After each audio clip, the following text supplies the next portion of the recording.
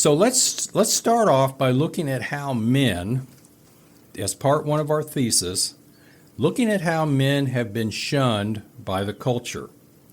And a lot of this is stuff that everyone has heard many, many times. And instead of repeating any of that, I want to read from a very targeted description that recently appeared on the internet. And this comes from a young Republican activist named Brylan Hollyhand, who is a freshman at Auburn University and very obviously a rising young star in the Republican Party.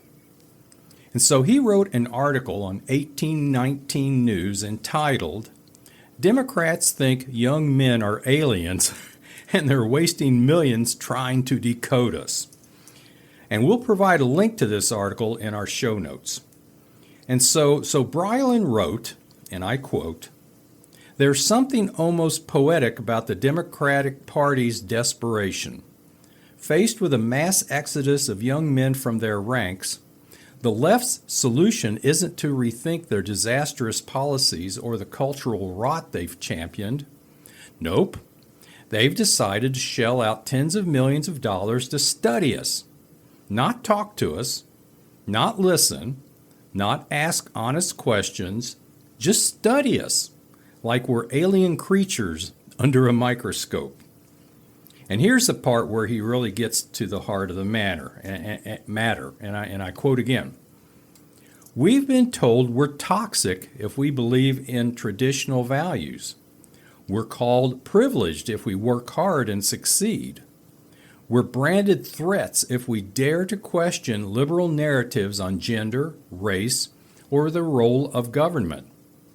And now, when that propaganda isn't working anymore, they're throwing cash at consultants to figure out why. Well, it's laughable and it's offensive. If Democrats truly wanted to connect with young men, they'd have to do something radical. Something they've proven time and time again they're unwilling to do. Tell the truth. Tell the truth about crime, the truth about border security, the truth about the value of hard work, responsibility, and, yes, masculinity." End quote. Well, I don't think there's really much more to be said about this. He's summarized it rather brilliantly. Radical feminism, sexual perversity, laziness, and no accountability is what the culture and the Democrat Party have been using to denigrate men for, pick a time, the last 60 years or so. So you might be asking, okay, well, how does this apply to the lack of men's attendance in the church? Good question. Basically, the mainline Protestant churches, and to some extent in some areas the Roman Catholic Church, have aligned themselves with the culture in order to feel or be relevant. And so the message men hear from the culture has become in many ways the same message being transmitted by those churches, which have been aligned with the culture.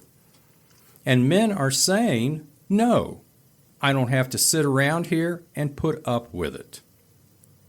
Now, evangelical churches in general, and many Roman Catholic churches in red states, have not aligned with the culture. And you can go back and look at the Pew Research statistics, which we placed a link to that in our first episode. You can go back to those research statistics and see that the number of men in those churches far exceeded how many are in the aligned mainstream mainline Protestant churches, and particularly when you look at the young men segment. And those churches are growing after all.